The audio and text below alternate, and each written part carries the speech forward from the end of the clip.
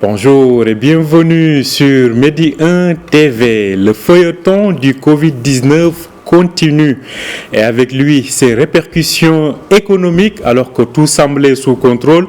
L'apparition du variant Omicron en cette fin d'année vient encore une fois fausser tous les calculs sur un éventuel retour à la normale. Premier secteur touché, l'aviation et le tourisme. Le variant Omicron condamne-t-il les économies du monde à un nouveau ralentissement? Nous en parlons avec notre invité, l'analyste économique Driss Aissaoui, qui est en direct avec nous depuis Rabat. Bonjour Driss Aissaoui. Bonjour. Alors, merci d'être avec nous. Alors, faites-vous partie de ceux qui pensent que le variant Omicron va condamner encore une fois la reprise mondiale sur le plan économique? Écoutez, quand on regarde ce qui se dit un peu partout au niveau mondial, au niveau de la France, au niveau de la Grande-Bretagne, au niveau de l'Australie, etc., et tous les autres pays, nous sommes obligés de réagir comme le Maroc vient de le faire. On ne peut pas laisser un pays ouvert à ce variant et nous condamner, par conséquent, à gérer l'ingérable.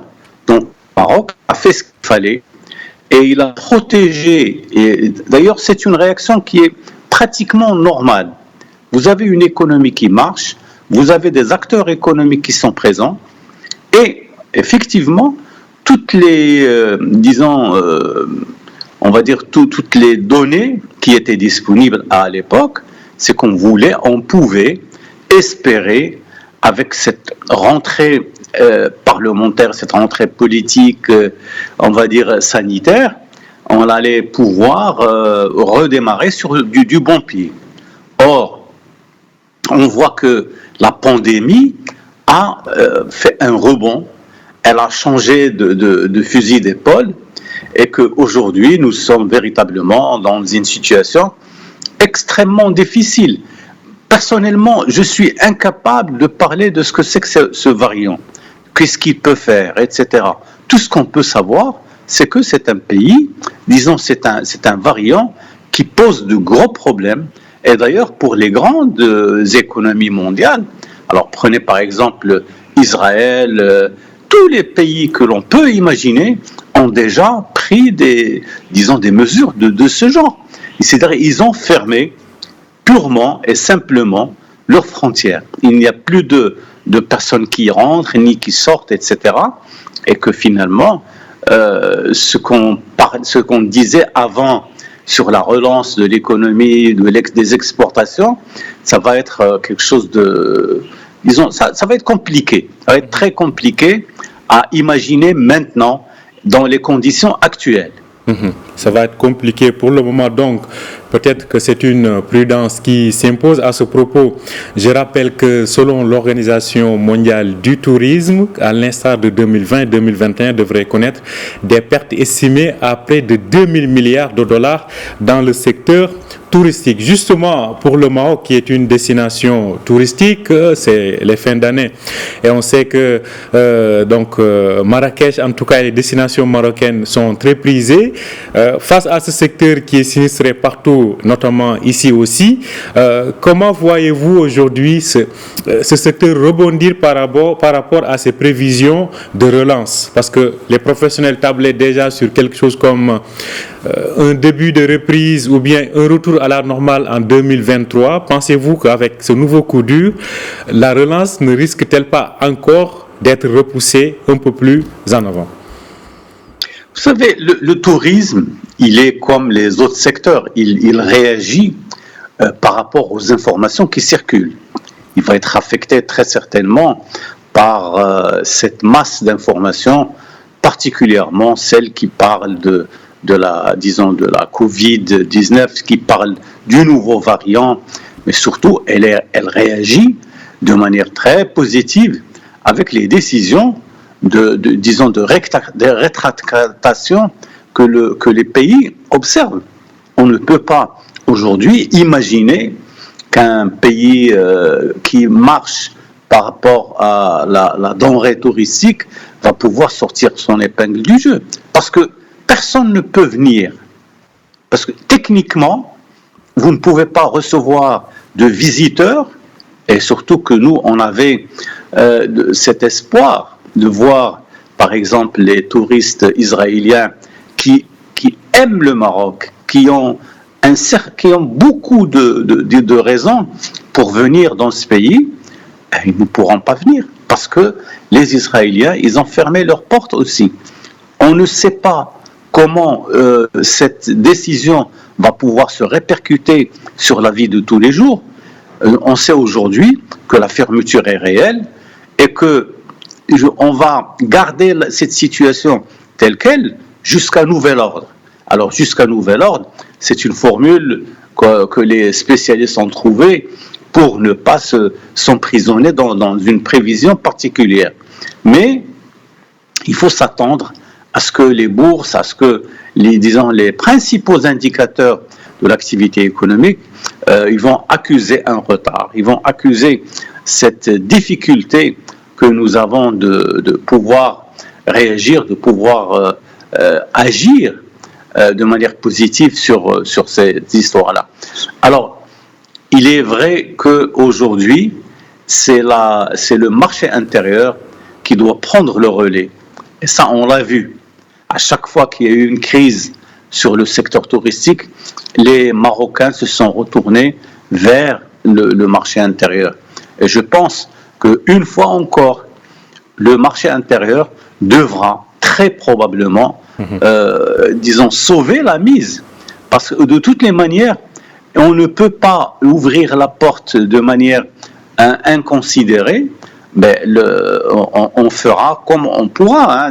C'est-à-dire qu'il n'y a pas de solution idoine ni définitive à cette situation.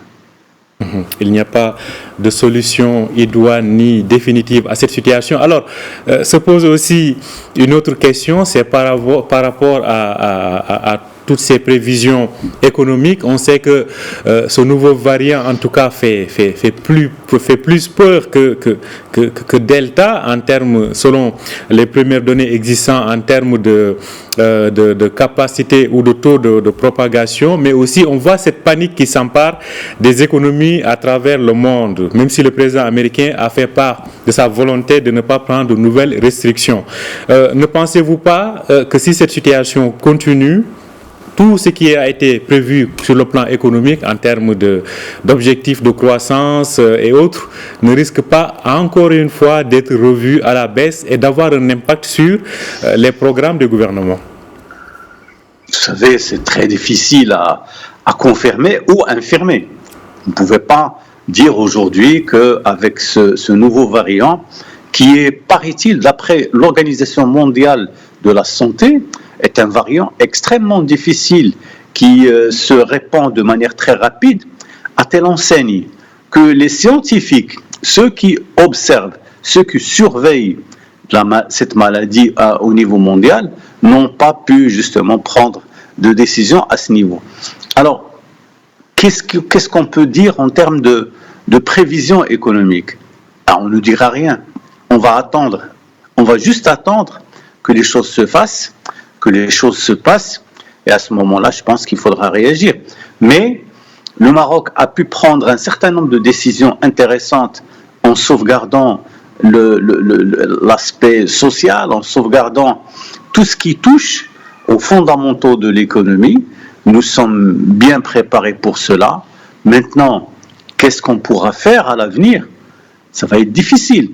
Vous savez, les principaux partenaires du Maroc aujourd'hui sont dans une attitude d'attentisme. Ils attendent. Qu'est-ce qui va se passer? Comment on va pouvoir réagir? Comment on va gérer? Ça, ce sont de grandes questions que personne ne peut avoir le courage de prendre une décision dans un sens comme dans un autre. Donc, finalement, le Maroc est là. Les possibilités sont connues. Mais qu'est-ce qu'on peut faire avec une incertitude de plus en plus grande? Parce que l'échange, qui est la base, qui est l'essence même de l'économie mondiale, l'échange va recevoir un coup très très dur ces jours-ci, et Dieu sait que finalement, les secteurs économiques vont réagir de manière, on va dire, très directe par rapport à ces décisions. Et comment on réagit? Parce qu'on interdit aux personnes de bouger, on interdit aux échanges de se faire, on ferme les frontières. Il faut croire que on est vraiment dans l'hypothèse la plus noire de notre évolution économique. L'hypothèse donc la plus pessimiste.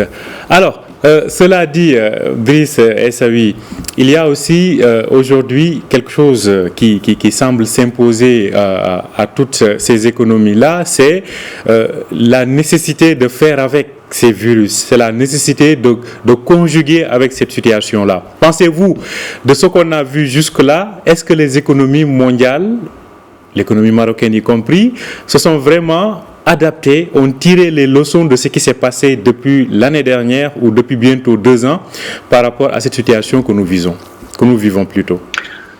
Tout ce qu'on a vu jusqu'à aujourd'hui a montré que le Maroc a bien réagi. Il a vraiment pris les décisions qu'il fallait au moment qu'il fallait. Il a mobilisé les acteurs, la CGM, c'est-à-dire que tout le monde est prêt à jouer le rôle qui lui revient. Maintenant, comment peut-on faire? Ça va être difficile. On ne peut pas savoir si l'économie va réagir positivement, si les acteurs économiques auront assez de ressources pour pouvoir revenir à la charge. C'est-à-dire que quand vous n'exportez rien, quand il n'y a pas d'échange particulier par rapport à cette situation, je pense que l'on va rester dans le cadre d'un grand point d'interrogation qui pose problème pour tout le monde, qui pose problème pour les économies nationales, pour le Maroc en particulier, et qu'on verra, on va voir. Il faut attendre que cette pandémie ne se développe pas, ne s'installe pas de manière durable au niveau des structures de notre pays, ni dans les autres pays d'ailleurs, parce que nous, on est obligés d'agir en coordination avec ce que fait le concert des nations. Nous avons l'Europe, nous avons l'Asie, nous avons l'Extrême-Orient qui réagit de la même manière, parce qu'on se ferme. Il y a aujourd'hui, et ça rappelle quoi?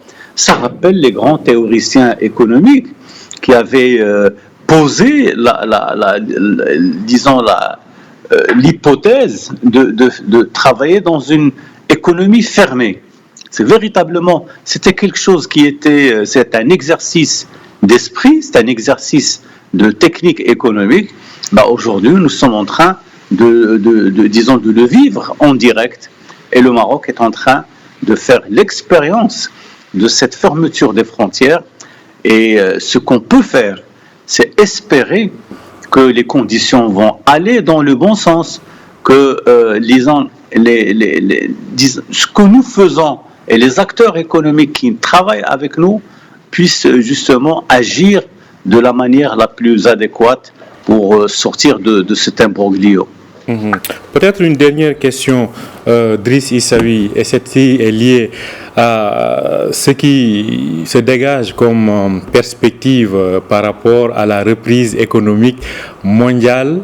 On a vu aujourd'hui beaucoup d'économies, notamment d'Afrique australe, sont entre guillemets presque mises sous embargo, ou plutôt en tout cas on les fuit. Pensez-vous que cela aussi n'est pas exagéré, parce qu'on avait eu le cas du variant Delta et d'autres variants, mais peut-être qu'on n'était pas arrivé de façon systématique ou si rapidement à prendre de telles décisions. Pensez-vous pas que cette peur-là est aujourd'hui un peu amplifiée, sachant que le président américain, lui, appelle à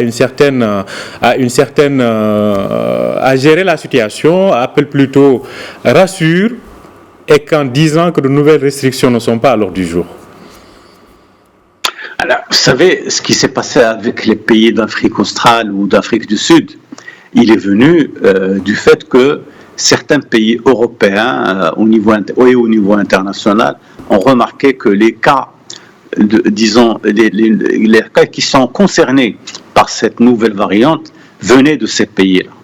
Et la première décision a été de dire nous ne recevons plus de vols de ces pays. Et là, je cite par exemple tous les pays d'Afrique australe, les pays de l'Afrique du Sud. Et finalement, c'est une décision qui n'est pas exagérée pour l'instant. C'est une décision parce que on est dans une condition, on est dans une situation où aucune action, aucune initiative ne peut être pensée autrement que maintenant. C'est-à-dire qu'on est vraiment dans une situation où le variant Delta, le variant Omicron, est un variant qui n'a pas encore dit toutes ces difficultés, qui n'a pas encore révélé toutes les difficultés qu'il pourra nous poser. Parce que si vous laissez ouvertes les frontières, si vous ne prenez pas de décision de rétraction de votre espace commercial, vous risquez très très gros, et que finalement ce sont les pays eux-mêmes, c'est-à-dire c'est les politiques qui n'ont pas pris les décisions qu'il faut, et que finalement il y aura un moment où on verra que on a eu tort de ne pas réagir de la manière la plus stricte possible, celle que nous sommes en train de vivre actuellement. Merci beaucoup, Driss Aissaoui, analyste politique. Je rappelle que vous étiez en direct avec nous depuis Rabat pour nous parler des risques d'impact sur l'économie mondiale de ce variant Omicron. Bonne journée à vous, Driss Aissaoui. Bonne journée à vous, merci. Merci à vous aussi de nous avoir suivis. Je rappelle que vous pouvez retrouver cet entretien sur notre site www.medianews.com et sur nos pages sur les réseaux sociaux. Bonne journée, bonne suite de programme sur Média TV.